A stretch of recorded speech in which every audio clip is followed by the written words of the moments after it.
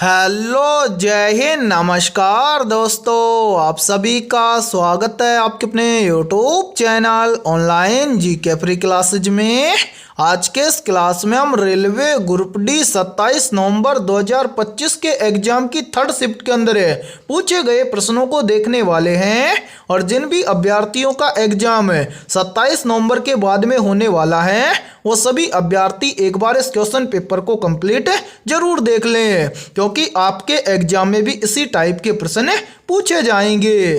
तो चलिए शुरू करते हैं आज के इस क्वेश्चन पेपर को बिना देरी के। पहला प्रश्न है आप सभी के सामने। यदि S का अर्थ गुणा है, V का अर्थ घटाना है, M का अर्थ जोड़ है और L का अर्थ भाग है तो नीचे दिए गए समीकरण का मान ज्ञात करें। यानी कि ये पहला प्रश्न आप सभी के सामने गणितीय संक्रियाओं से संबंधित प्रश्न दिया गया है और आपसे पूछा गया है कि इस प्रश्न के अकॉर्डिंग यदि हम इस समीकरण को सोल्व करेंगे तो इस समीकरण का मान क्या आएगा। और मेरे भाई याद रखना, आपके रेलवे ग्रुप डी एग्जाम की प्रत्येक शिफ्ट के अंदर इस टाइप के लगभग 2 से 3 प्रश्न पूछे जाते हैं। तो इस टाइप के प्रश्न को हम एग्जाम में देखते हैं कैसे सोल्व करेंगे। तो वो देखिए प्रश्न में आपको स्पष्ट बोला गया है कि S का अर्थ है गुणा, तो इस समीकरण के अंदर हम S के स्थान पर क्या कर देंगे, गुणा कर देंगे। फिर देखिए आगे बोल रहा है कि V का अर्थ है घटाना, तो V के स्थान पर हम क्या करेंगे, माइनस करेंगे। फिर आगे बोल रहा है कि M का अर्थ है जोड़, तो M के स्थान पर हम क्या कर देंगे, जोड़ यानी कि प्लस कर देंगे। और लास्ट में बोल रहा है कि L का अर्थ है भाग, तो इस समीकरण के अंदर हम L के स्थान पर क्या करेंगे, भाग करेंगे। अब यहाँ पर हम बनाएंगे नया समीकरण। ध्यान से देखिए मेरे भाई, सबसे पहले है 7, उसके बाद में है V का अर्थ है माइनस, फिर है 13 लिखेंगे यहाँ पर 13, फिर है M का अर्थ है जोड़, फिर कितना है 35 लिखेंगे यहाँ पर 35, उसके बाद में है L का अर्थ है भाग, फिर कितना दिया गया है, L के बाद में दिया गया है 7, फिर है S का अर्थ है गुणा, फिर दिया गया है 6। ये बन गया नया समीकरण। अब इस समीकरण को सोल्व करके इसका मान हमें ज्ञात करना है। तो इस समीकरण के अंदर हम क्या करेंगे, सबसे पहले भाग को सोल्व करेंगे। तो सबसे पहले दिया गया है 7, उसके बाद में माइनस का 13, फिर प्लस। अब यहाँ पर देखिए 7 का भाग 35 में देंगे तो चला जाएगा 7 पंजे 35, ठीक है। उसके बाद में क्या है, गुणा में 6। अब यहाँ पर देखिए मेरे भाई, भाग को सोल्व करने के बाद में हम क्या करेंगे, गुणा को सोल्व करेंगे। तो यहाँ पर देखिए सबसे पहले है 7, उसके बाद में है माइनस का 13, फिर है प्लस। अब यहाँ पर देखिए 5 और 6 को आपस में गुणा करेंगे तो बन जाएगा 5 छक्का 30, ठीक है। अब यहाँ पर हम क्या करेंगे, प्लस प्लस की संख्याओं को आपस में ऐड कर लेंगे और माइनस की संख्या को घटा देंगे। तो प्लस का 7 दिया गया है और प्लस का 30 दिया गया है, तो 7 और 30 मिलकर बन जाएगा कितना, 37। फिर कितना बच गया, माइनस का 13। अब यहाँ पर देखिए मेरे भाई 37 में से 13 चला जाएगा तो कितना बचेगा, 24। यानी कि इस प्रश्न के अकॉर्डिंग इस समीकरण को सोल्व करेंगे तो इस समीकरण का मान आएगा 24। अब हमें देखना है कि 24 किसी ऑप्शन में दिया गया है, तो आंसर 24 हमें दिया गया है ऑप्शन डी के अंदर है। तो पहले प्रश्न के अंदर ऑप्शन डी हो जाएगा सभी का करेक्ट आंसर है। तो उम्मीद करता हूं कि जब भी इस टाइप का प्रश्न आपको एग्जाम में दिया जाएगा तो आप फटाफट से सोल्व कर लेंगे, ठीक है। और जिन भी अभ्यर्थियों का एग्जाम 27 नवंबर के बाद में होने वाला है उन सभी अभ्यर्थियों के लिए बहुत ही इंपॉर्टेंट सूचना है। यदि आप पहली बार के अंदर रेलवे ग्रुप डी एग्जाम 2025 को क्रैक करना चाहते हैं तो हमने आपके रेलवे ग्रुप डी एग्जाम 2025 के लिए GK, GS, science, mathematics, reasoning, current affairs और कंप्यूटर यानी कि ऑल सब्जेक्ट के ऊपर लगभग 25,000 प्लस रामबाण क्वेश्चनों का मास्टर पीडीएफ सेट तैयार किया है। और जो भी अभ्यर्थी ये कंप्लीट मास्टर पीडीएफ सेट लेना चाहता है वो हमारे इस व्हाट्सएप नंबर पर कांटेक्ट करके ले सकता है। और इस कंप्लीट मास्टर पीडीएफ सेट की प्राइस हमने रखी है मात्र और मात्र 80 रुपये। यानी कि ये कंप्लीट मास्टर पीडीएफ सेट आपको दिया जाएगा केवल 80 रुपये की फीस में। और मैं आप सभी को ये गारंटी देता हूँ, यदि आप बचे हुए समय के अंदर इस कंप्लीट मास्टर पीडीएफ सेट को अच्छे से देख लेते हैं तो एग्जाम के अंदर आपको ज़्यादातर क्वेश्चन इसी मास्टर पीडीएफ सेट में से देखने को मिलेंगे, ठीक है। तो चलिए फिर अगला प्रश्न देखते हैं। दूसरा प्रश्न है आप सभी के सामने। नीचे दी गई आकृति में प्रश्न चिन्ह के स्थान पर आने वाली लुप्त संख्या को ज्ञात करें। यानी कि दूसरा प्रश्न आप सभी के सामने मिसिंग नंबर से संबंधित प्रश्न दिया गया है और आपसे पूछा गया है कि इस आकृति में इस प्रश्नवाचक चिन्ह के स्थान पर कौन सी संख्या आएगी। तो मेरे भाई इस टाइप के प्रश्न को आप एग्जाम में देखते हैं, फटाफट से कैसे सोल्व करेंगे तो वो देखिए जब भी इस टाइप का प्रश्न आपको एग्जाम में दिया जाए तो आपको क्या करना है, सबसे पहले इसी प्रश्न चिन्ह वाली लाइन में आपको ऊपर देखना है कि यहाँ पर इस पहली पंक्ति में यहाँ पर 42 कैसे आया है। फिर उसी प्रकार से आपको यहाँ पर देखना है कि इस दूसरी पंक्ति में यहाँ पर 32 कैसे आया है। यानी कि जिस प्रकार से पहली पंक्ति में 42 और दूसरी पंक्ति में यहाँ पर 32 जिस प्रकार से आया है उसी प्रकार से हम यहाँ पर बताएंगे कि इस तीसरी पंक्ति में इस प्रश्नवाचक चिन्ह के स्थान पर कौन सी संख्या आएगी। तो मेरे भाई यहाँ पर ध्यान से देखिए इस प्रश्न को किस प्रकार से सोल्व किया गया है। एक बार यहाँ से इन सभी को हटा देते हैं ताकि आपको समझने में कोई भी प्रॉब्लम ना आए। सबसे पहले हमें क्या करना है, यहाँ पर पता करना है कि इस पहली पंक्ति में यहाँ पर 42 कैसे आया है। तो मेरे भाई ध्यान से देखिए 42 लाने के लिए क्या किया गया है, ध्यान से देखिए 42 से जस्ट पहले एक संख्या दी गई है 6 और 42 के जस्ट बाद में एक संख्या दी गई है 7। तो इन दोनों संख्याओं को आपस में क्या करेंगे, यहाँ पर 42 आ जाए। तो मेरे भाई ध्यान से देखिए यदि हम 6 और 7 इन दोनों संख्याओं को आपस में गुणा कर देंगे तो मेरे भाई यहाँ पर बन जाएगा 7 छिके 42।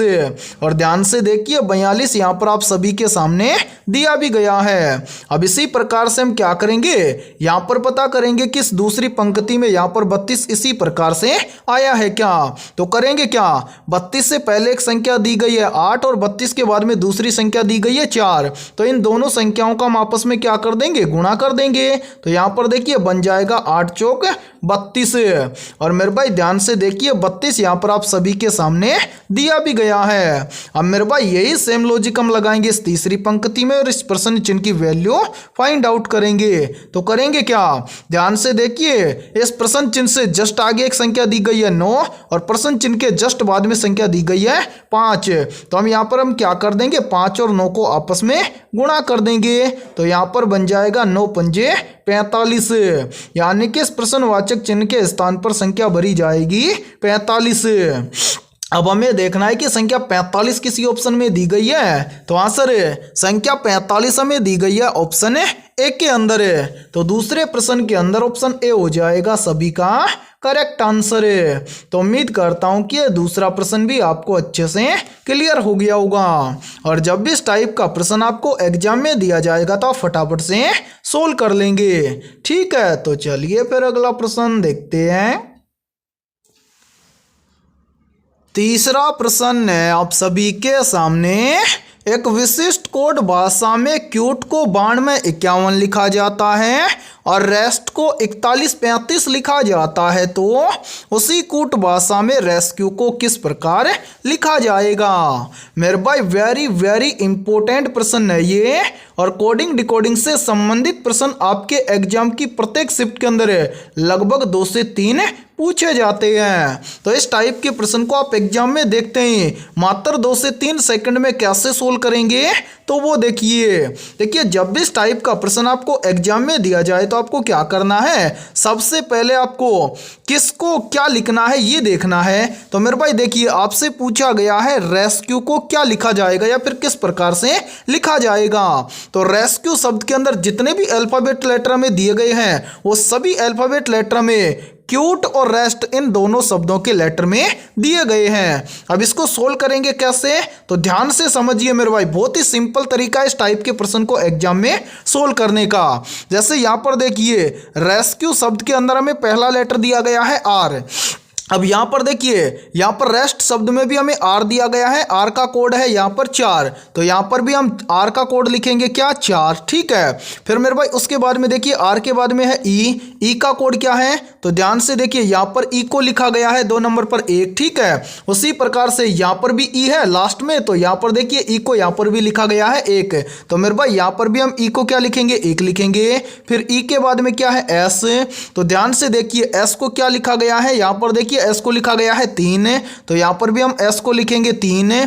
फिर देखिए एस के बाद में क्या है सी को क्या लिखा गया है, तो मेरे भाई ध्यान से देखिए सी को लिखा गया है 9, तो यहाँ पर भी हम सी को क्या लिखेंगे 9।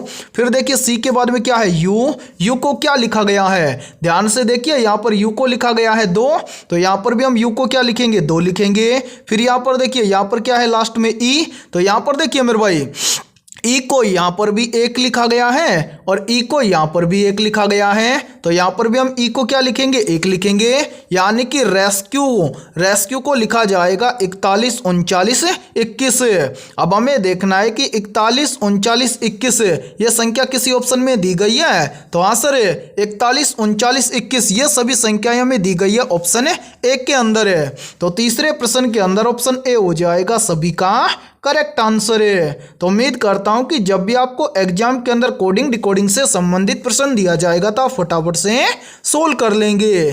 ठीक है, तो चलिए फिर अगला प्रश्न देखते हैं। चौथा प्रश्न है आप सभी के सामने, नीचे दिए गए प्रश्न में प्रश्न चिन्ह के स्थान पर आने वाली संबंधित संख्या को ज्ञात करें। यानी कि चौथा प्रश्न आप सभी के सामने नंबर एनालॉजी से संबंधित प्रश्न दिया गया है और आपसे पूछा गया है कि इस प्रश्नवाचक चिन्ह के स्थान पर कौन सी संख्या आएगी। तो मेरे भाई इस टाइप के प्रश्न को आप एग्जाम में देखते हैं, फटाफट से कैसे सोल्व करेंगे, तो वो देखिए जब भी इस टाइप का प्रश्न आपको एग्जाम में दिया जाए तो आपको क्या करना है, सबसे पहले आपको यहाँ पर पता करना है कि 759 से यहाँ पर 315 कैसे बना है। यानी कि जिस प्रकार से 759 से यहाँ पर 315 बना है उसी प्रकार से हम यहाँ पर बताएंगे कि 864 से इस प्रश्नवाचक चिन्ह के स्थान पर कौन सी संख्या आएगी। तो मेरे भाई यहाँ पर ध्यान से देखिए इस प्रश्न को किस प्रकार से सोल्व किया गया है। तो सबसे पहले हम क्या करेंगे, यहाँ पर पता करेंगे कि 759 से यहाँ पर 315 कैसे बना है। तो 759 से यहाँ पर 315 बनाने के लिए क्या किया गया है, 759 की सभी संख्याओं को आपस में गुणा किया गया है। तो यहाँ पर देखिए 759 की सभी संख्याओं को आपस में गुणा करेंगे तो यहाँ पर बन जाएगा 7 पंजे 35 और 35 नम्मा के बन जाएगा 315। और मेरे भाई ध्यान से देखिए 315 यहाँ पर आप सभी के सामने दिया भी गया है। अब यही सेम लॉजिक हम लगाएंगे 864 के अंदर है और 864 से इस प्रश्न चिन्ह की वैल्यू ज्ञात करेंगे। तो करेंगे क्या, प्रश्न चिन्ह की वैल्यू ज्ञात करने के लिए 864 की सभी संख्याओं को आपस में गुणा कर देंगे। तो मेरे भाई यहाँ पर ध्यान से देखिए मल्टीप्लाई करेंगे तो यहाँ पर देखिए 8 छिके बनेगा 48 और 48 चौका बन जाएगा 192, यानी कि इस प्रश्नवाचक चिन्ह के स्थान पर संख्या भरी जाएगी 192। अब हमें देखना है कि संख्या 192 किसी ऑप्शन में दी गई है, तो आंसर है संख्या 192 में दी गई है ऑप्शन डी के अंदर है। तो चौथे प्रश्न के अंदर ऑप्शन डी हो जाएगा सभी का करेक्ट आंसर है। तो उम्मीद करता हूं कि यह चौथा प्रश्न भी आपको अच्छे से क्लियर हो गया होगा और जब भी इस टाइप का प्रश्न आपको एग्जाम में दिया जाएगा तो आप फटाफट से सोल्व कर लेंगे। ठीक है, तो चलिए फिर अगला प्रश्न देखते हैं। पांचवा प्रश्न है आप सभी के सामने, नीचे दी गई आकृति में कुल कितने त्रिभुज हैं ज्ञात करें। यानी कि पांचवा प्रश्न आप सभी के सामने काउंटिंग फिगर से संबंधित प्रश्न दिया गया है और आपसे पूछा गया है कि नीचे जो ये वाली आकृति दी गई है इस आकृति में कुल कितने त्रिभुज हैं। तो मेरे भाई इस टाइप के प्रश्न को आप एग्जाम में देखते हैं मात्र 2 से 3 सेकंड में कैसे सोल्व करेंगे, तो वो देखिए इस टाइप के प्रश्न को एग्जाम में सोल्व करना बहुत ही आसान होता है। अब आसानी से कैसे सोल्व करेंगे, तो सबसे पहले हम क्या करेंगे, दी गई आकृति के अंदर हम सिंगल फलक वाले त्रिभुजों को काउंट करेंगे। तो मेरे भाई यहाँ पर ध्यान से देखिए, यहाँ पर देखिए सिंगल फलक वाले त्रिभुजों को काउंट करेंगे तो 1 नंबर त्रिभुज हो जाएगा ये, 2 नंबर त्रिभुज हो जाएगा ये, 3 नंबर त्रिभुज हो जाएगा ये, 4 नंबर हो जाएगा यानी कि 4 नंबर त्रिभुज हो जाएगा ये, 5 नंबर त्रिभुज हो जाएगा ये, 6 नंबर त्रिभुज हो जाएगा ये, 7 नंबर त्रिभुज हो जाएगा ये, 8 नंबर हो जाएगा त्रिभुज ये, 9 नंबर त्रिभुज हो जाएगा ये, और 10 नंबर त्रिभुज हो जाएगा ये। यानी कि सिंगल फलक वाले कितने त्रिभुज हैं इस आकृति में? 10 त्रिभुज हैं। अब हम क्या करेंगे, इस आकृति के अंदर डबल फलक वाले त्रिभुजों को काउंट करेंगे। कैसे? तो ध्यान से देखिए मेरे भाई, यहाँ पर देखिए त्रिभुज नंबर 8 और त्रिभुज नंबर 7, इन दोनों को आपस में मिला देंगे तो यहाँ से यहाँ तक एक त्रिभुज और बन जाएगा। तो यहाँ पर हम क्या कर देंगे, प्लस एक और कर देंगे। अब इसी के साथ में देखिए ध्यान से, त्रिभुज नंबर 9 और त्रिभुज नंबर 10, इन दोनों को भी आपस में मिला देंगे तो यहाँ से यहाँ तक एक त्रिभुज और बन जाएगा। तो यहाँ पर हम क्या कर देंगे, प्लस एक और कर देंगे। अब इसी के साथ में देखिए त्रिभुज नंबर 5 और त्रिभुज नंबर 6, इन दोनों को भी आपस में मिलाएंगे तो यहाँ से यहाँ तक एक त्रिभुज और बन जाएगा। तो यहाँ पर हम क्या कर देंगे, प्लस एक और कर देंगे। अब इसी के साथ में मेरे भाई ध्यान से देखिए, यहाँ पर देखिए त्रिभुज नंबर 2, त्रिभुज नंबर 4, त्रिभुज नंबर 3, इन सभी को भी यहाँ से यहाँ तक मिलाएंगे तो एक त्रिभुज ये बन जाएगा। तो यहाँ पर हम क्या कर देंगे, प्लस एक और कर देंगे। अब इसी के साथ में ध्यान से देखिए मेरे भाई, यहाँ पर इस बड़ी वाली आकृति को कंप्लीट यहाँ से यहाँ तक मिलाएंगे तो एक बड़ा वाला त्रिभुज यहाँ से यहाँ तक का ये बन जाएगा। ठीक है, तो यहाँ पर हम क्या कर देंगे, प्लस एक और कर देंगे। यानी कि दी गई आकृति में टोटल ये त्रिभुज हैं। अब इनको हम क्या करेंगे, टोटल कर लेंगे। तो ध्यान से देखिए मेरे भाई, यहाँ पर 10 और 1 कितना हो जाएगा, 11, 11 और 1 12, 12 और 1 13, 13 और 1 14, 14 और 1 15। यानी कि हमारे सामने जो आकृति दी गई है, इस आकृति के अंदर कुल त्रिभुजों की संख्या है 15। अब हमें देखना है कि 15 किसी ऑप्शन में दिया गया है। तो आंसर 15 में दिया गया है ऑप्शन बी के अंदर है। तो 5वें प्रश्न के अंदर ऑप्शन बी हो जाएगा सभी का करेक्ट आंसर है। तो उम्मीद करता हूं कि जब भी इस टाइप का प्रश्न आपको एग्जाम में दिया जाएगा तो आप फटाफट से सोल्व कर लेंगे। और मेरे भाई आपके रेलवे ग्रुप डी एग्जाम की प्रत्येक शिफ्ट के अंदर काउंटिंग फिगर से लगभग 3 से 4 प्रश्न पूछे जाते हैं। ठीक है, तो चलिए फिर अगला प्रश्न देखते हैं।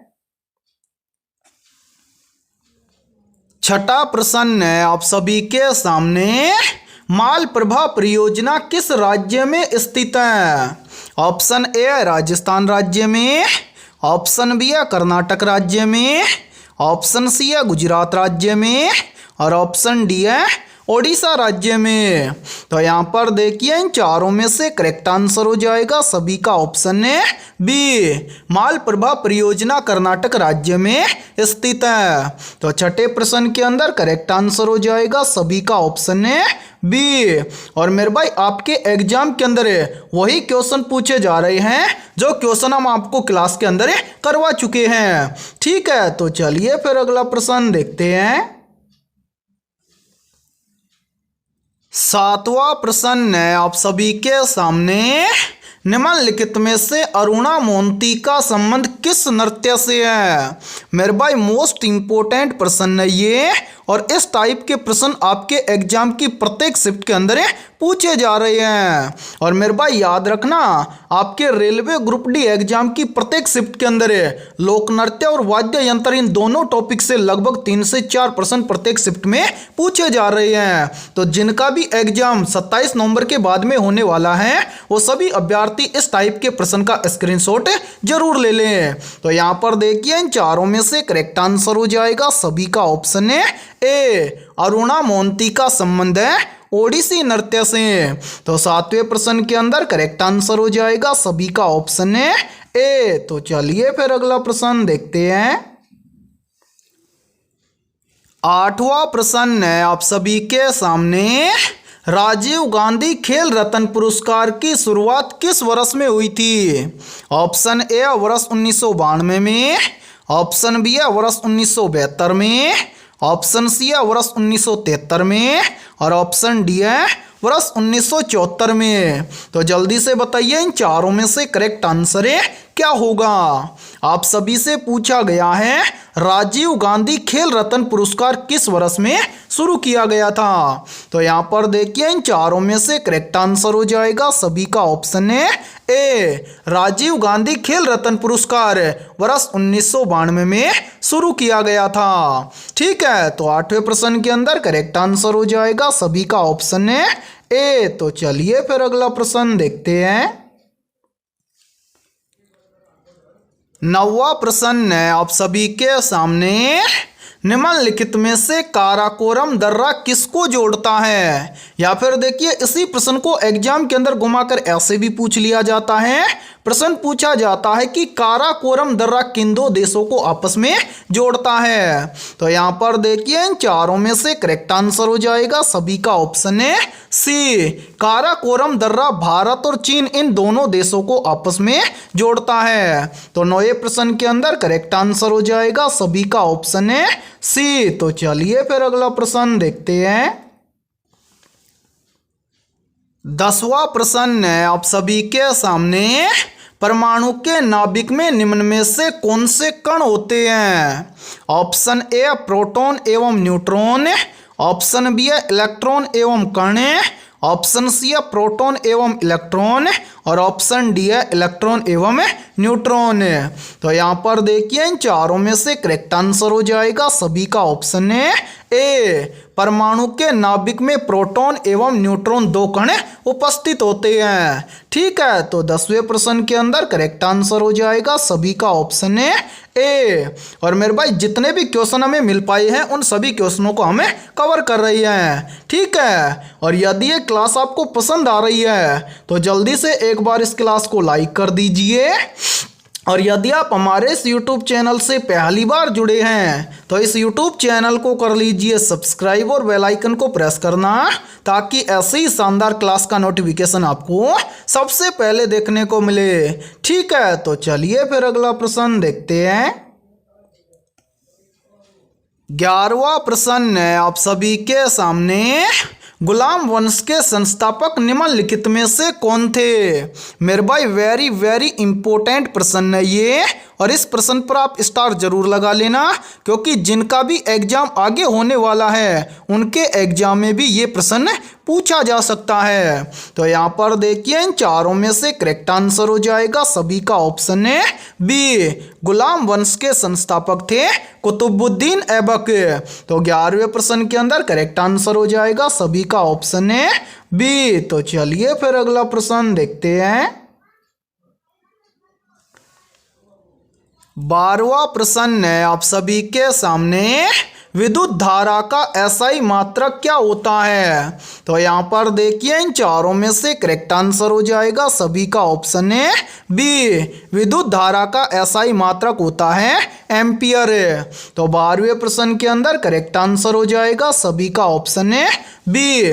और मेरे भाई देखिए इसी टाइप के प्रश्न आपके एग्जाम के अंदर पूछे जा रहे हैं, और यदि आपने हमारी पहले भी क्लासें देखी हैं तो मेरे भाई ये प्रश्न मैं आपको कम से कम 4 से 5 बार करवा भी चुका था। ठीक है, तो चलिए फिर अगला प्रश्न देखते हैं।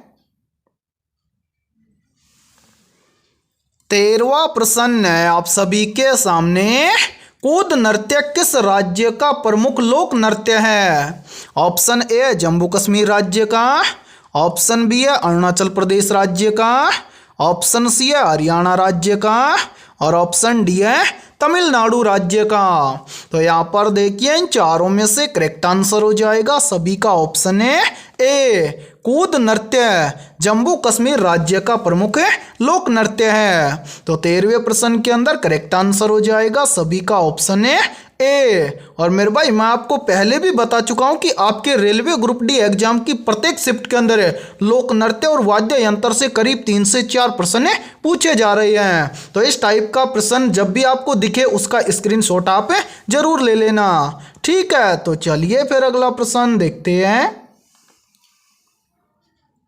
14वां प्रश्न है आप सभी के सामने, भारतीय संविधान में कितने अनुच्छेद और अनुसूचियां हैं? तो यहाँ पर देखिए इन चारों में से करेक्ट आंसर हो जाएगा सभी का ऑप्शन है ए। भारतीय संविधान में 395 अनुच्छेद और 12 अनुसूचियां हैं। तो 14वें प्रश्न के अंदर करेक्ट आंसर हो जाएगा सभी का ऑप्शन है ए। और मेरे भाई जिन्होंने भी हमारी क्लासें कंटिन्यू देख रही हैं या देख रखी हैं, तो मेरे भाई हमने हमारी प्रत्येक क्लास के अंदर, एक क्लास के अंदर हमने करीब 15 से 20 क्वेश्चन करवाए थे। और मेरे भाई हमारी हर एक क्लास में से आपके एग्जाम की प्रत्येक शिफ्ट में लगभग 3 से 4 प्रश्न मिल रहे हैं। तो जिन्होंने हमारी कंप्लीट क्लासें देखी हैं मेरे भाई उसके एग्जाम के अंदर क्वेश्चनों में अच्छा स्कोर होने वाला है। और अब जिनका भी एग्जाम आगे होने वाला है उन सभी अभ्यर्थियों के लिए हमने करीब मेरे भाई 25,000 प्लस मोस्ट इंपोर्टेंट क्वेश्चनों का, रामबाण क्वेश्चनों का मास्टर पीडीएफ सेट तैयार किया है। तो जो भी अभ्यर्थी एग्जाम से पहले कुछ क्वेश्चनों को देखना चाहता है तो ये पीडीएफ सेट हमारे इस व्हाट्सएप नंबर पर कांटेक्ट करके ले सकता है। व्हाट्सएप नंबर है 7374826893। ये हमारा व्हाट्सएप नंबर है। इस व्हाट्सएप नंबर पर आप कांटेक्ट करके एक बार इस कंप्लीट मास्टर पीडीएफ सेट को ले सकते हैं। और बचे हुए समय के अंदर आप एक बार सरसरी निगाहों से कंप्लीट मास्टर पीडीएफ सेट को जरूर देख लेना, क्योंकि मेरे भाई आपके एग्जाम के अंदर जितने भी क्वेश्चन पूछे जाएंगे उनमें ज़्यादातर क्वेश्चन आपको इसी मास्टर पीडीएफ सेट में से देखने को मिलेंगे। और ये कंप्लीट मास्टर पीडीएफ सेट आपको मिलेगा केवल 80 रुपये की फीस के अंदर। आपको क्या करना है, इस व्हाट्सएप नंबर पर कॉन्टैक्ट करके बोलना है कि हमें रेलवे ग्रुप डी एग्जाम के लिए मास्टर पीडीएफ सेट लेना है। तो वहां पर आपको फोन पे नंबर के साथ में स्कैनर मिलेगा, तो वहां पर आपको 80 रुपए का पेमेंट करके स्क्रीनशॉट सेंड करना है। पेमेंट करने के मात्र 2 मिनट के बाद में आपको ये complete master PDF set send कर दिया जाएगा। ठीक है, तो आपके पास जितना भी समय बचा हुआ है उस बचे हुए समय के अंदर आप इन कंप्लीट प्रश्नों को देखकर अपने प्रैक्टिस को अच्छा और मजबूत बना सकते हैं। ठीक है, तो चलिए फिर अगला प्रश्न देखते हैं। 15वां प्रश्न है आप सभी के सामने, हफीजा नृत्य किस राज्य का प्रमुख लोक नृत्य है? ऑप्शन ए जम्मू कश्मीर राज्य का, ऑप्शन बी है अरुणाचल प्रदेश राज्य का, ऑप्शन सी है पश्चिम बंगाल राज्य का, और ऑप्शन डी है तमिलनाडु राज्य का। तो यहाँ पर देखिए इन चारों में से करेक्ट आंसर हो जाएगा सभी का ऑप्शन है ए, हफीजा नृत्य जम्मू कश्मीर राज्य का प्रमुख लोक नृत्य है। या फिर हम बोल सकते हैं कि हफीजा नृत्य का संबंध है जम्मू कश्मीर राज्य से। तो 15वें प्रश्न के अंदर करेक्ट आंसर हो जाएगा सभी का ऑप्शन है ए। तो मेरे भाई जितने भी क्वेश्चन हमें मिल पा रहे हैं उन सभी क्वेश्चनों को हम क्लास के अंदर कवर कर पा रहे हैं। तो ऐसे ही क्लास देखने के लिए इस चैनल को आप सब्सक्राइब करें और साथ में बेल आइकन को प्रेस करना, ताकि ऐसे ही शानदार क्लास का नोटिफिकेशन आपको सबसे पहले देखने को मिले। और मेरे भाई जितने भी क्वेश्चन हमें मिलते रहेंगे उन सभी क्वेश्चनों का क्लास आपको हमारे इस यूट्यूब चैनल पर आपको देखने को मिलेगा। ठीक है, तो मिलते हैं ऐसे ही शानदार और बेहतरीन क्वेश्चनों के साथ नेक्स्ट क्लास में।